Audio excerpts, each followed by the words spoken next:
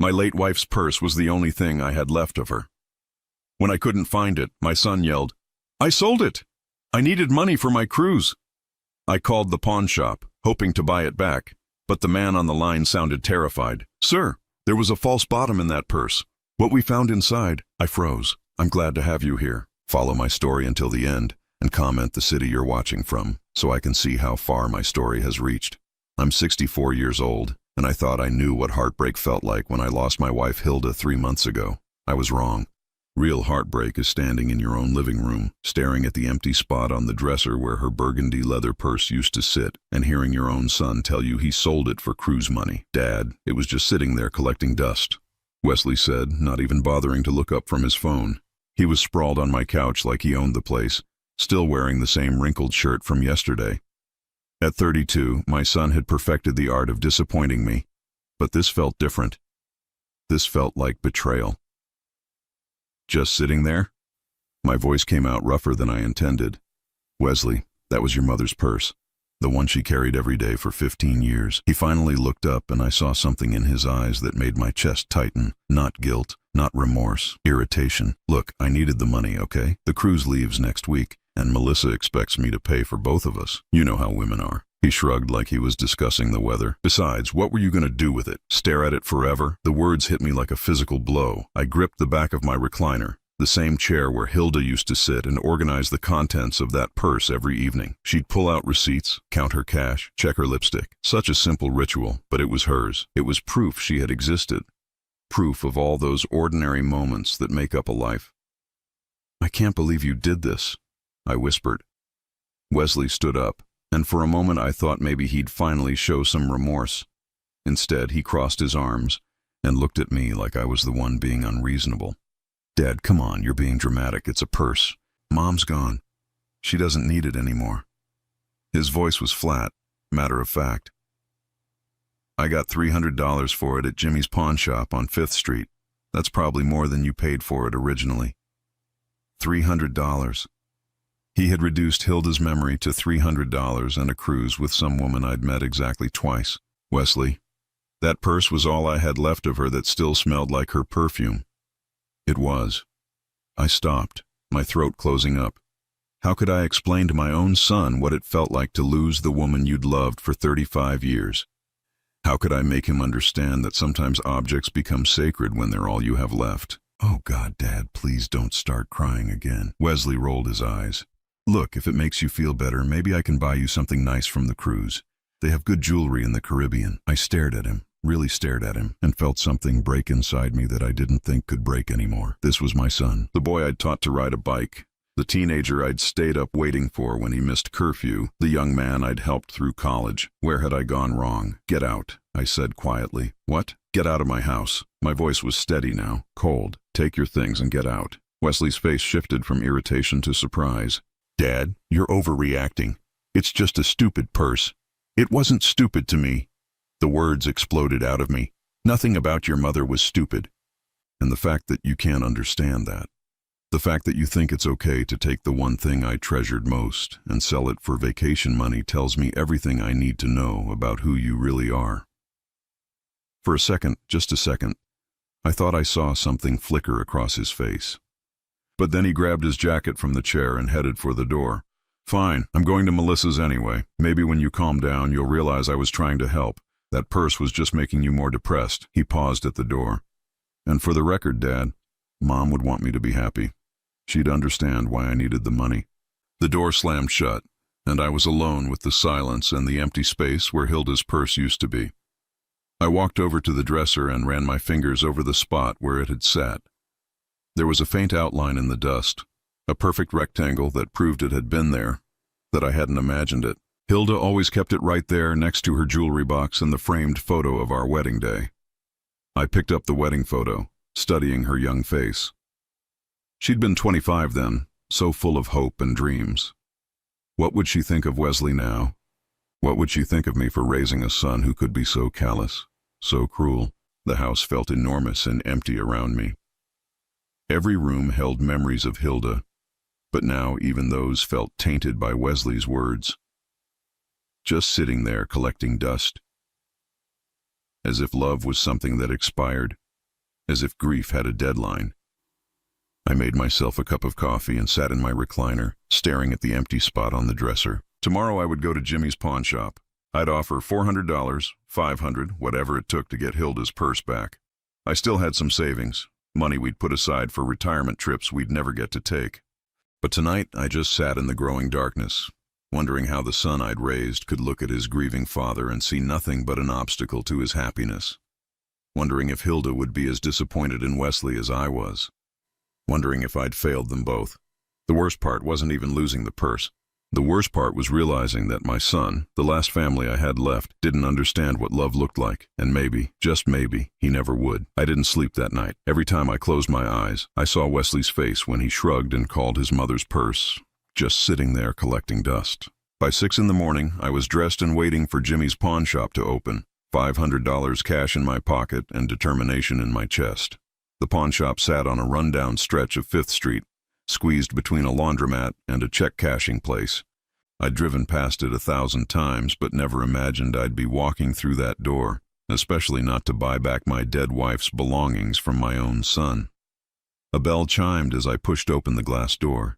The smell hit me immediately, a mixture of old leather, dust, and something chemical I couldn't identify. Glass cases lined the walls, filled with jewelry, watches, and electronic gadgets that other desperate people had traded for quick cash. "Help you with something?" The voice came from behind the counter. The man was maybe 50, with graying hair and tired eyes that had probably seen every kind of human desperation imaginable.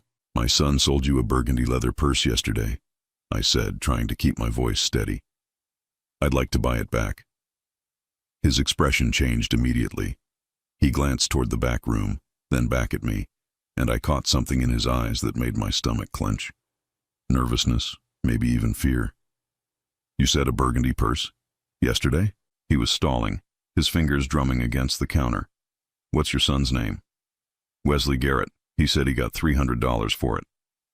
The man, Jimmy, I assumed, swallowed hard and looked at me like I was the bearer of terrible news.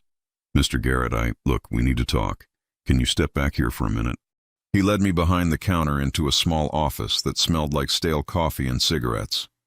The purse sat on his desk, and seeing it again made my chest tight with relief and grief all at once. It looked exactly the same, the rich burgundy leather Hilda had loved, the gold clasp she'd polished every few weeks, the worn spot on the handle where her fingers had rested for all those years. "There she is," I said quietly, reaching toward it. "Wait," Jimmy's voice was sharp. "Mr. Garrett, I have to tell you something. When your son brought this in, I thought it was just a regular vintage purse. Nice leather, good craftsmanship, worth maybe $200, $250 tops.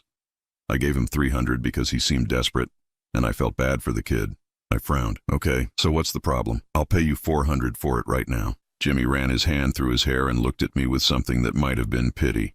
After he left, my assistant was cleaning it out, checking for anything left inside. Sometimes people forget things in pockets, or there's old gum stuck to the lining. We always check. My heart started beating faster. And, yeah, she found something. A hidden compartment in the bottom. Real clever work, professional level stuff. You wouldn't know it was there unless you were looking for it. He picked up the purse and turned it over, showing me the bottom. "See this seam here? It's actually a false bottom." I stared at the purse, my mind racing. In 35 years of marriage, I'd never known about any hidden compartment. What was inside? Jimmy opened a desk drawer and pulled out a manila envelope. His hands were shaking slightly as he handed it to me. Letters, a whole stack of them. "And Mr. Garrett, I think you need to sit down." The room suddenly felt too small, too hot. I sank into the chair across from his desk, the envelope heavy in my hands. Letters from who? They're love letters. "To your wife." Jimmy's voice was barely above a whisper. "From someone named David Richardson. And sir, they're dated during your marriage. Recent ones too. The newest one is from just 6 months ago." The envelope slipped from my fingers and hit the floor. Letters scattered across the worn carpet. White envelopes with Hilda's name written in handwriting I didn't recognize. My vision blurred at the edges. "That's impossible," I heard myself say. "Hilda wouldn't. We were happy. We were married for 35 years. Jimmy knelt down and carefully gathered the letters, not meeting my eyes. "I'm sorry, Mr. Garrett, I really am. I've been in this business for 20 years, and this is the worst thing I've ever had to tell someone. I watched him stack the letters neatly, my brain refusing to process what he was saying. Hilda had been sick for the last 2 years of her life. Cancer. I'd driven her to every appointment, held her hand through every treatment, slept in hospital chairs when she was too weak to come home. When had she had time for letters? When had she had the energy for whatever this was? How many letters? My voice sounded like it was coming from someone else. 18. Some are pretty old, maybe 15 years or so. Others are recent. Jimmy set the stack on his desk. Mr. Garrett, I don't know if you want to read these. Sometimes ignorance is... I need to see them. He hesitated, then handed me the top letter. It was postmarked 6 months before Hilda died, addressed to her in careful cursive. I opened it with trembling fingers. My dearest Hilda, it began. I know these letters are risky, but I can't stop writing to you. Seeing you at the grocery store yesterday and pretending we were just neighbors nearly killed me. When you smiled at me, I wanted to tell everyone in that store that you're the love of my life, that you have been for 20 years. I know you can't leave Tyson, especially now that he's taking such good care of you, but please know that every day without you is agony. I love you more than life itself. Always yours, David. The letter fell from my hands. I stared at Jimmy, who was watching me with the expression of someone witnessing a car accident. 20 years. I whispered. She was having an affair for 20 years. Mr. Garrett. David Richardson. The name felt foreign in my mouth. I know that name. He lived 2 streets over. His wife died. God, his wife died 8 years ago. My mind was spinning, trying to make sense of something that made no sense at all. Hilda went to the funeral. She cried at the funeral. The room was spinning. Everything I thought I knew about my life, about my marriage, about the woman I'd loved and grieved for, was crumbling around me. Hilda had been living a double life. For 20 years, she'd been in love with another man while I cooked her dinner, held her when she was scared, and believed we were soulmates. Jimmy cleared his throat. There's something else, Mr. Garrett. Some of the letters. They mention your son. I looked up at him, and the expression on his face told me that whatever was coming next would be even worse than what I'd already learned. What about Wesley? Jimmy picked up another letter, this one yellowed with age. This one's from 16 years ago, right around the time your son would have been born. He paused. Mr. Garrett, I think you need to read this one too. My hands were shaking so badly I could barely hold the paper, but I read it. I read every word that would destroy what was left of my world. The letter from 16 years ago was written in the same careful handwriting, but the words were different. Desperate, pleading. My beloved Hilda, it read. I can't stop thinking about what happened between us last month. I know you're scared, and I know this complicates everything, but I need you to know that I'm here for you no matter what you decide. If the baby is mine, I will find a way to be part of his life. I don't care what it costs me. I love you, and I will love this child because he's part of you. But Hilda, please, you have to tell me the truth. Is Wesley my son? The paper slipped from my hands and drifted to the floor. I sat there staring at it, my mind completely blank. Wesley, my son. The boy I'd raised, the man I'd just thrown out of my house for selling his mother's purse, the son who might not be my son at all. Mr. Garrett, Jimmy's voice seemed to come from far away. Are you okay? Should I call someone? I couldn't answer, couldn't breathe. 32 years. 32 years of believing Wesley was my blood, my legacy, my family. 32 years of midnight feedings and first steps and baseball games and parent-teacher conferences. 32 years of loving a child who might belong to another man. There's more, Jimmy said quietly. I'm sorry, but there's more. He handed me another letter, this one from just 2 years ago. My hands were shaking so badly I could barely unfold it. David, this one began, and I realized with a sick feeling that this wasn't a letter to Hilda. This was a letter from Hilda, a copy she'd kept hidden in her purse. David, I can't keep doing this to Tyson. He's been so good to me through all the cancer treatments, and the guilt is eating me alive. I know we agreed never to tell him about Wesley, but watching him love that boy so completely when he's not even his father, it's breaking my heart. Sometimes I think I should just confess everything, but then I look at Tyson's face when he talks about Wesley, and I can't destroy that. He loves being a father. He loves believing Wesley is his legacy. How can I take that away from him? The letter continued. I've decided to end this between us. After 20 years, I need to try to be the wife Tyson deserves for whatever time I have left. I know this will hurt you, but please understand. I can't keep betraying the man who's taking care of me while I'm dying. Please don't contact me again. Please let me die with some dignity and tact. I love you, but I love him too, and I owe him this much. Goodbye, my dearest friend. I set the letter down with trembling fingers. Hilda had tried to end it. In her final years, she'd tried to choose me, but the damage was already done. The betrayal was already complete. Mr. Garrett, Jimmy said gently, I think maybe you should go home, process this, maybe talk to someone. I looked up at him, this stranger who now knew more about my life than I did. How long has David Richardson been dead? Jimmy frowned. Dead? I don't know anything about him being dead. My blood went cold. What do you mean? I mean, I don't know if he's dead. Why would you think he's dead? I stared at him, my mind racing. His wife died 8 years ago. Hilda went to the funeral, she said. She said David was so heartbroken he moved away to live with his sister in Florida. Jimmy's expression grew troubled. Mr. Garrett, I hate to tell you this, but David Richardson still lives in town. I see him at the grocery store sometimes. Never moved anywhere. The room tilted. Everything I thought I knew was a lie. David wasn't dead. David wasn't in Florida. David was still here, in the same town where I'd been grieving my wife for 3 months, believing I was her widowed husband. Where? My voice was barely a whisper. Mr. Garrett, I don't think. Where does he live? Jimmy sighed. Same place he always has, that blue house on Maple Street, 2 blocks from the elementary school. I stood up on unsteady legs. I knew that house. I'd driven past it hundreds of times. It was a modest place with a well-kept garden and a red mailbox. I'd never paid much attention to it, never wondered who lived there, never imagined it housed the man who'd been sleeping with my wife for 20 years. I need to see him, I said. Mr. Garrett, maybe you should think about this. Maybe talk to a counselor or... I need those letters. I reached for the stack on his desk. Jimmy hesitated. Are you sure? Once you take these, once you read them all, you can't unknow what's in them. I looked at him, this kind stranger who was trying to protect me from my own life. I need to know, all of it. He handed me the manila envelope. The purse is yours, no charge. I'm sorry this happened to you, Mr. Garrett. I'm sorry your son put you in this position. I took the purse and the letters, feeling their weight like stones in my hands. As I walked toward the door, Jimmy called after me. Mr. Garrett, whatever you decide to do, be careful. Sometimes the truth destroys more than the lies ever did. I drove home in a daze, the envelope sitting on the passenger seat like a bomb waiting to explode. At every red light, I stared at it, knowing that inside were 18 letters that would rewrite the story of my entire adult life. At home, I sat at my kitchen table and spread the letters out in chronological order. The oldest was from 17 years ago, just a year before Wesley was born. The newest was from 6 months before Hilda died.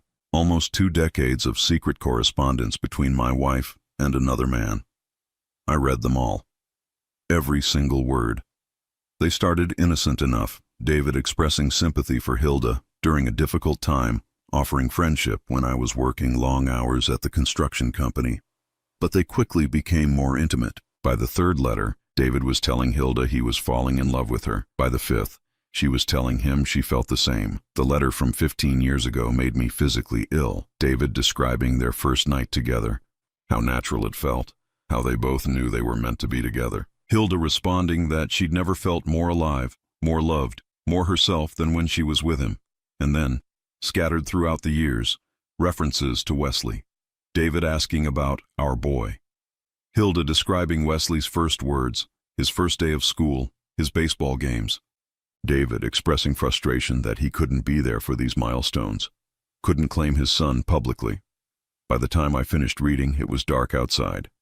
I sat in my empty kitchen, surrounded by the evidence of my wife's double life, and tried to figure out who I was if I wasn't Wesley's father, if I wasn't Hilda's beloved husband, if everything I'd believed about my family was a lie.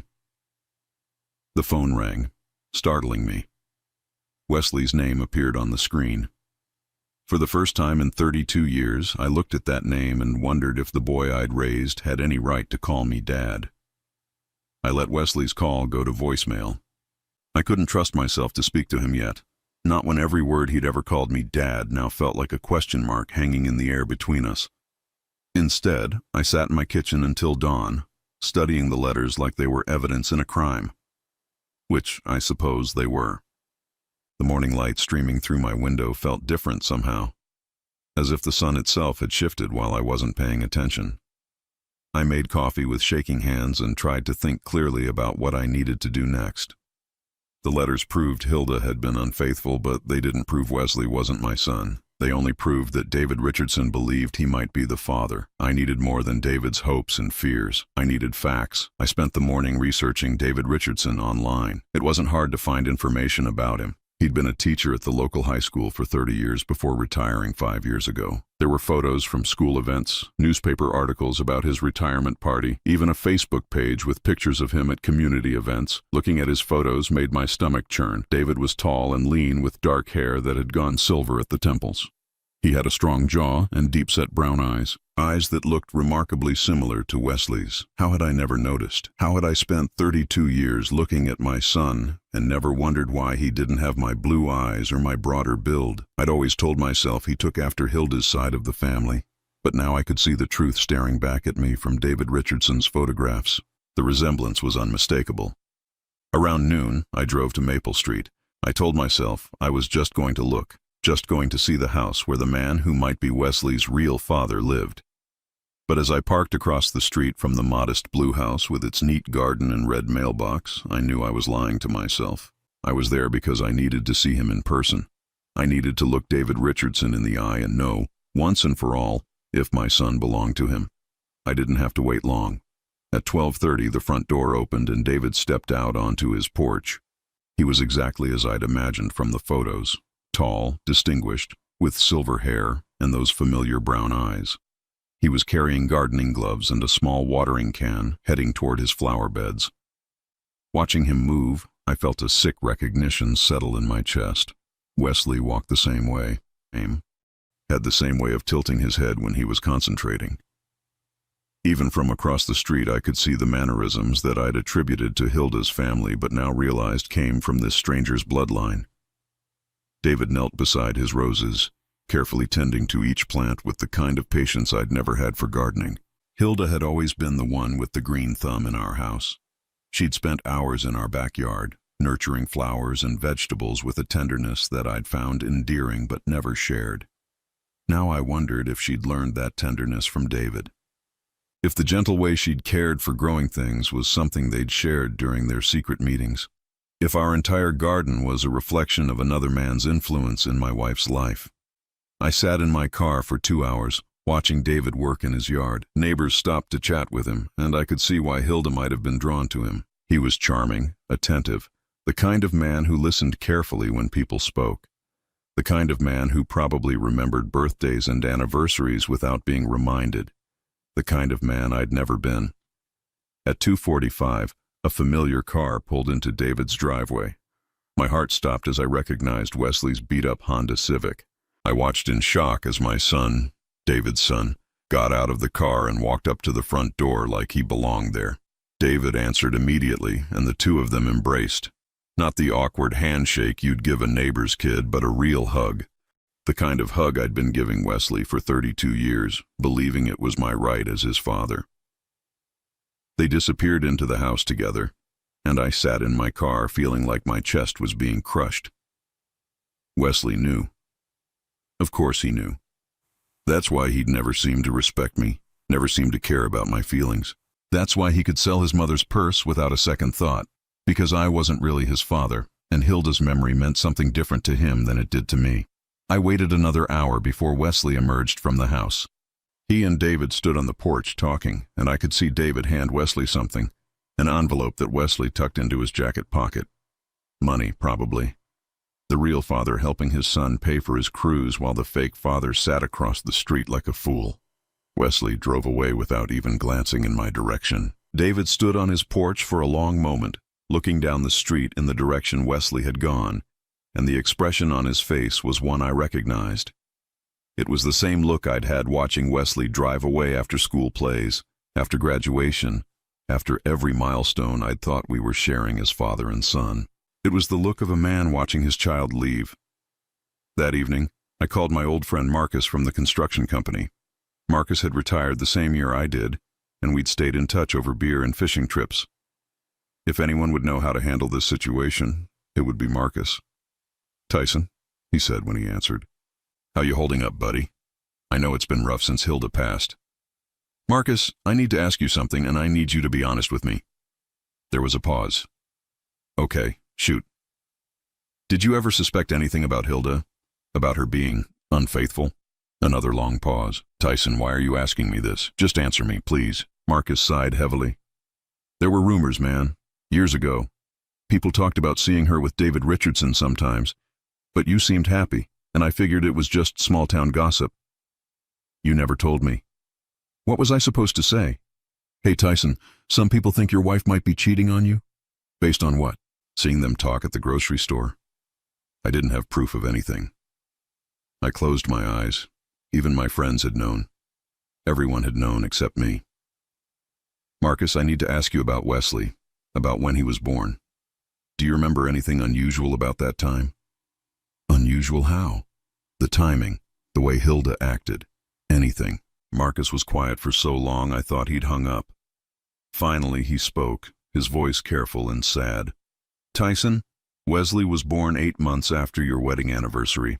I remember because Sarah and I were trying to figure out what to get you guys for your anniversary that year, and then Hilda went into labor early.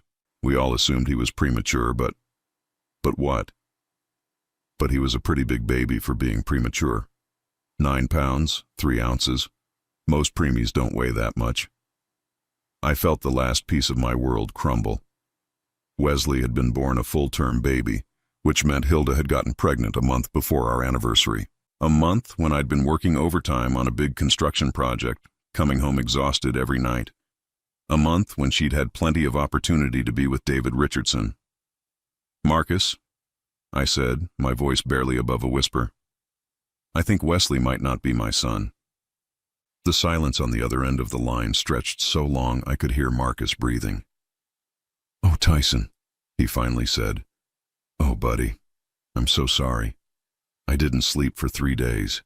I kept thinking about Wesley hugging David Richardson on that porch, about the envelope David had handed him, about 32 years of loving a child who had never been mine. By Thursday morning, I knew I couldn't live with the uncertainty anymore. I had to know the truth, even if it destroyed what was left of my family. Wesley had been calling every day since our fight, leaving voicemails that ranged from annoyed to apologetic. Dad, come on. You're being ridiculous about this purse thing. Dad, I'm sorry if I hurt your feelings, but you're overreacting. Dad, Melissa thinks you're having some kind of breakdown. I finally called him back Thursday afternoon. Dad, thank God, he said when he answered. I was starting to worry about you. Look, I'm sorry about the purse, okay? If it means that much to you, I'll find a way to get it back. I already got it back, I said quietly. Oh, good. See? Problem solved. So can we move past this now? I leave for the cruise tomorrow, and I don't want us fighting when I go. Wesley, I need you to come over. We need to talk. Can't it wait until I get back? I've got a million things to do before tomorrow. No, it can't wait. Something in my voice must have gotten through to him because he was quiet for a moment. Okay, I'll be there in an hour. I spent that hour sitting at my kitchen table with Hilda's purse in front of me and the manila envelope of letters beside it. I'd read through them so many times I had some passages memorized. The words were burned into my brain like brands. When Wesley knocked on the door, I almost couldn't bring myself to answer it. Once I opened that door, once I asked the questions I needed to ask, there would be no going back. But I'd already lost everything else. I might as well lose the illusion of fatherhood too. Wesley looked tired when he came in, like he'd been up all night packing. He glanced at the purse on the table and then at me. So you got Mom's purse back? Good. I'm glad. I really am sorry about selling it, Dad. I know it meant a lot to you. I gestured for him to sit down. He took the chair across from me, the same chair he'd sat in as a boy doing homework while Hilda cooked dinner. How many family dinners had we shared at this table? How many conversations about school and friends and future plans? How many times had I looked across this table at this young man and felt pride in being his father? Wesley, I said, my voice steadier than I felt. I need to ask you something, and I need you to tell me the truth. He frowned. Okay, what's this about? I reached for the manila envelope and pulled out one of the letters. Wesley's eyes went wide when he saw it. Where did you get that? His voice was sharp, suddenly defensive. They were hidden in your mother's purse, in a secret compartment. I watched his face carefully. You knew about them, didn't you? Wesley's face went pale. He stared at the letter in my hands like it was a loaded gun pointed at his chest. Dad, how long have you known about David Richardson? The question hung in the air between us. Wesley's mouth opened and closed, but no words came out. Finally, he slumped back in his chair and ran his hands through his hair. Since I was 16, he said quietly. The words hit me like a physical blow. 16 years. Wesley had known for 16 years that I might not be his real father, and he'd never said a word. How did you find out? Wesley was quiet for a long moment, staring at his hands. I overheard Mom on the phone with him one night. She was crying, talking about how guilty she felt, how she didn't know what to do. I heard her say, "Our son," and I knew. And you never thought to tell me? Wesley looked up at me then, and I saw something in his eyes I'd never seen before. Not defiance or anger, but something colder. Something that looked almost like contempt. Why would I tell you? You weren't my real father anyway. The casual cruelty of it took my breath away. Wesley, look, Dad, Tyson, whatever I'm supposed to call you now. You were fine as a father, I guess. You kept a roof over my head and food on the table. But David understood me. He got me in ways you never did. I stared at him, this young man I'd raised, this stranger wearing my son's face. You've been seeing him behind my back. For years, he helped me with school, gave me advice about girls, about life. He was there for me in ways you never were. I was there for everything, I said, my voice breaking. Every baseball game, every school play, every scraped knee and broken heart. I was there. Wesley shrugged. You were physically there, sure, but you never really got me. You wanted me to be like you, into construction and fishing and all that blue-collar stuff. David understood that I was different, that I wanted more. What does that mean? It means David has money, real money. He invested well when he was teaching, made smart choices. He's been helping me financially for years. The cruise? He's paying for it. The down payment on my apartment? That was him too. He takes care of me in ways you never could. I felt like I was drowning. So when you sold your mother's purse, I didn't need the money, Wesley said flatly. I just wanted to hurt you. I was tired of pretending we were some happy family when we both knew it was all a lie. The kitchen was silent except for the ticking of the clock on the wall. I looked at this young man I'd loved unconditionally for 32 years and realized I was looking at a stranger. Maybe I always had been. Does David know you've been taking money from him while still living off me? Wesley's jaw tightened. David knows everything. He knows I've been stuck with you because Mom made me promise to take care of you after she died. He understands how hard this has been for me. How hard this has been for you. I could barely get the words out. Your mother died 3 months ago, Wesley. I've been grieving, and you've been. What? Playing along with your delusions? Pretending to be the son you wanted instead of the son I actually am? Wesley stood up, his chair scraping against the floor. I'm tired of it, okay? I'm tired of pretending we're family when we're not. I'm tired of acting like I care about your feelings when, honestly, I just want to live my own life. I reached into the envelope and pulled out another letter, one of the ones Hilda had written to David. Did you know your mother tried to end things with him? Did you know she chose me in the end? Wesley glanced at the letter and laughed, a sound without warmth or humor. She chose guilt, not you. She felt bad about what she'd done, but that doesn't mean she loved you more. It just means she was tired of living a double life. He walked toward the door, then turned back to face me. David has something for you, by the way. Mom left a letter with him before she died. She made him promise to give it to you if you ever found out about everything. I guess she knew this day would come eventually. What kind of letter? The kind that tells the truth, all of it. Wesley's hand was on the doorknob. If you want it, you know where to find David.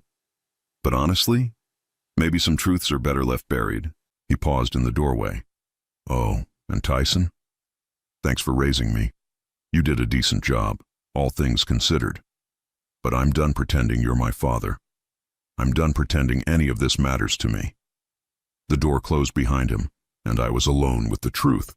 Wesley wasn't just biologically someone else's son. He'd chosen to be someone else's son. For 16 years, he'd been living a double life just like his mother, taking from me while giving his loyalty to another man. I sat at my kitchen table until the sun went down, holding Hilda's letters and trying to understand how I'd been so blind for so long. How I'd missed all the signs, all the clues, all the ways my family had been lying to me, but there was still one more truth waiting for me, one more letter that might explain everything or destroy what little was left of my world. Tomorrow I would go see David Richardson. Tomorrow I would finally learn what my wife had wanted me to know before she died. I knocked on David Richardson's door at 9 in the morning, before I could lose my nerve. The blue house looked different up close, smaller somehow, more ordinary than it had seemed from across the street. Just a regular house where an ordinary man had lived while loving my wife and raising my son in secret. David answered the door immediately, as if he'd been waiting for me. He looked older than he had in his yard, more fragile, with lines around his brown eyes that spoke of years of carrying secrets. "Tyson," he said quietly, "I've been expecting you." He led me into a living room that was neat and comfortable, filled with books and plants and photographs. I tried not to look too closely at the pictures, afraid of what I might see, but I caught glimpses of Wesley at various ages, photos that should have been in my house instead of here. "Would you like some coffee?" David asked. I shook my head. "Wesley said you have a letter from Hilda." David nodded and walked to a desk in the corner of the room. He pulled out a sealed envelope, yellowed with age, and held it for a moment before handing it to me. "She gave this to me 2 weeks before she died," he said. "She made me promise to give it to you only if you found out about us on your own. She said if you never found out, I should take it to my grave." I stared at the envelope. My name was written on it in Hilda's familiar handwriting, but underneath my name, she'd written something else. The truth, finally. My hands were shaking as I opened it. The letter was several pages long, written in the careful script Hilda had always used for important things. "My dearest Tyson," it began, "if you're reading this, then you've discovered my secret, and I can only imagine how much I've hurt you. There are no words to express how sorry I am for the pain I've caused you, but I need you to understand the whole truth before you judge me completely." I had to stop reading and look up at David, who was sitting across from me with his hands folded in his lap, waiting patiently for me to continue. "She told you what's in this letter?" I asked. "Every word," he said. "She wrote it here, at this table, while I held her hand. She was so sick by then, but she insisted on getting it all down." I looked back at the letter. "I met David 3 years into our marriage, when you were working such long hours trying to establish the construction business. I was lonely, Tyson. I know that's not an excuse, but it's the truth. David was kind to me when I needed kindness, and what started as friendship became something more." The letter went on to describe their relationship, how it had grown over years of stolen moments and secret meetings. But then, several paragraphs in, Hilda had written something that made me stop breathing. "I need you to know that Wesley is your son, Tyson. He is absolutely, completely, 100% your biological child. The timing of my relationship with David makes this impossible to doubt. I know there may be letters that suggest otherwise. David wanted so desperately to be a father, and I let him believe what he needed to believe. But you are Wesley's father in every way that matters, biological and otherwise."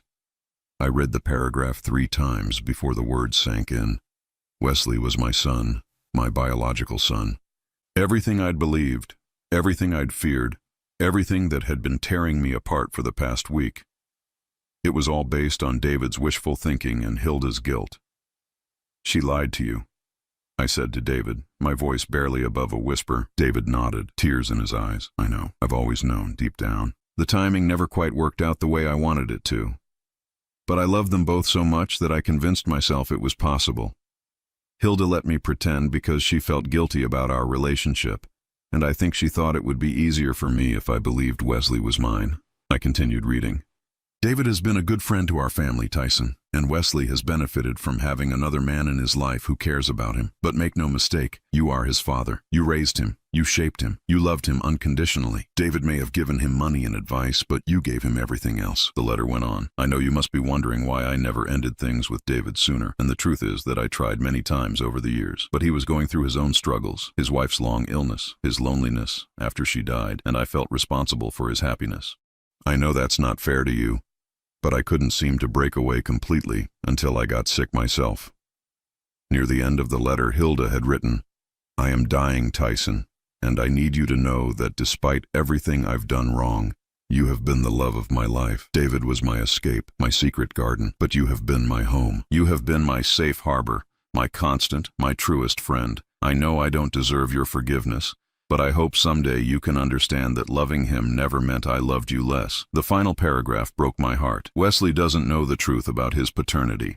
He suspects David might be his father, and I've never corrected that assumption because I thought it might be easier for him to have David as a backup plan in case something happened to you. But Tyson, he is yours. He is your legacy, your blood, your son. Don't let my mistakes take that away from you. Don't let my selfishness destroy the relationship you've built with the boy who needs you more than he knows. I set the letter down and looked at David, who was crying quietly into his hands. She loved you both, I said, and I was surprised to find that I meant it. But she chose me in the end. David nodded. She did, and she was right too. You were the better man, Tyson. You were always the better man. But Wesley believes you're his father. I know, and I've let him believe it because I wanted it to be true so badly. I've been giving him money, treating him like my son, because it was the closest I could come to having the family I always wanted. I thought about Wesley's coldness toward me, his casual cruelty, his assumption that I meant nothing to him. He's been taking money from both of us. Yes, and I'm ashamed to say I encouraged it. I wanted him to need me more than he needed you. David wiped his eyes. I've been a selfish old fool, Tyson. I've been living a fantasy and letting it hurt your relationship with your son. I stood up, suddenly feeling lighter than I had in weeks. Wesley was my son. Whatever else was true, whatever else had been lies and secrets and betrayals, that fundamental fact remained unchanged. I was his father, and nothing could take that away from me. What happens now? David asked. I looked at him, this broken man who had loved my wife and stolen my son's loyalty through deception and money. I should have felt anger, should have wanted revenge. Instead, I felt something closer to pity. Now you tell Wesley the truth, I said. You tell him his mother's final letter explains everything and that he's been wrong about his paternity. You tell him that if he wants a relationship with his real father, he's going to have to stop taking money from the man who isn't. David nodded. And if he doesn't want a relationship with you? I thought about that for a moment. Wesley had shown me who he really was over the past week. He was selfish, cruel, willing to hurt people for money and status. Maybe that was partly my fault as a parent, or maybe that was just who he'd chosen to become. Then I'll know I did my best, I said, and I'll move on with my life. I walked toward the door, then turned back. David, stop giving him money. Stop letting him believe you're his father. Stop encouraging him to disrespect me. If you really care about Wesley, help him become a better man instead of enabling him to be a worse one. David nodded. I will. I promise. 3 months later, I was sitting on a beach in Florida, watching the sunset and sipping a beer. I'd sold the house, too many memories, too many ghosts, and bought a small condo near the ocean. I'd always wanted to live by the water, but Hilda had preferred the mountains. Now I could choose for myself. Wesley had called once after David told him the truth. He'd been angry, confused, hurt by the revelation that his real father was the man he'd been treating so poorly. He'd asked if we could start over. Build a real relationship based on honesty instead of lies. I'd thought about it for a long time before answering. Maybe someday, I'd told him. But first, you need to figure out who you want to be. The kind of man who sells his mother's memory for cruise money, or the kind of man who honors the people who love him. He hadn't called since then, and that was okay. I'd done my job as his father. I'd raised him, provided for him, loved him unconditionally for 32 years. If he chose to throw that away for money and status, that was his decision to live with. I'd learned something important in the aftermath of discovering Hilda's secret life. Love doesn't require perfection, and forgiveness doesn't require forgetting. Hilda had betrayed me, but she'd also loved me. Wesley had disappointed me, but he was still my son. David had deceived me, but he'd also suffered his own losses and loneliness. The truth had set me free, but not in the way I'd expected. It hadn't destroyed my family. It had revealed that my family had been an illusion for years, and that revelation, painful as it was, had given me permission to build something real for myself. I raised my beer to the setting sun and made a toast to Hilda, to the woman I'd loved and the woman I'd never really known. Then I made a toast to myself, to the man I'd been and the man I was becoming. For the first time in my 64 years, I was living for myself alone, and it felt like freedom.